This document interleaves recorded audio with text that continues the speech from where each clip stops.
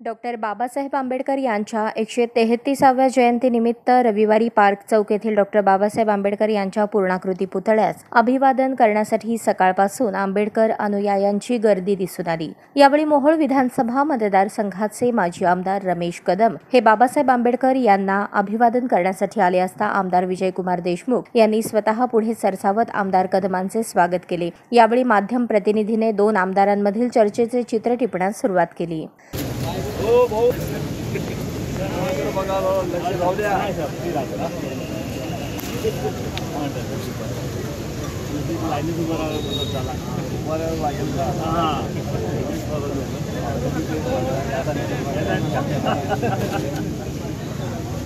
लोकसभा निवडणुकीचा माहोल असल्यामुळे आमदार रमेश कदम यांच्याशी माध्यम प्रतिनिधीने संवाद साधला असता आमदार रमेश कदम यांनी आपण MIM पक्षाकडून उमेदवार म्हणून उभारण्यास इच्छुक नसल्याचे सांगितले। आपला MIMच्या 7-8 नगरसेवक, माजी नगरसेवक आणि काही वरिष्ठ पदाधिकारी यांनी मी बालाजी सरोवरला जेव्हा हॉटेलला थांबलो होतो तेव्हा माझी भेट घेतली आणि त्यांनी तसा एक प्रस्ताव दिला की साहेब सोलापूरमध्ये आम्हाला तुमच्यासारखा एक पॉप्युलर चेहरा हवा आहे आणि आमच्या पक्षाकडनं तुम्ही उमेदवारी घ्यावी असं आम्ही आमच्या वरिष्ठांशी बोलून तुमच्याकडे आलो आहे अशा पद्धतीचं त्यांनी मला सांगितलं। त्यांनी सांगितल्यावर मीही त्यांचं व्यवस्थित ऐकून घेतलं। त्यानंतर मी त्यांच्याकडनं काही दिवसाचा वेळ मागितला। मी मोहोळ विधानसभा मतदारसंघातनं ज्यावेळेला निवडून आलो त्यावेळेला तो मोहोळ विधानसभा मतदारसंघ जरी राखीव असला तरी आपण काम करताना मागेल त्याला पाणी, मागेल त्याला रस्ते अशी सर्व समावेशक सर्वांच्या उपयोगाच्या अशा योजना आपण स्वखर्चातनं राबवल्या। त्यावेळेला देखील आपण धर्माचं राजकारण केलं नाही, जातीचं राजकारण केलं नाही, कुठल्या एका वर्गामध्ये कधी अडकलो नाही।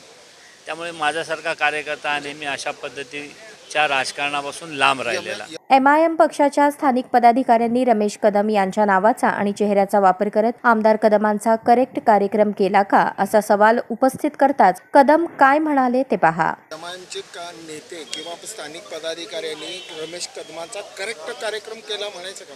हा कसा?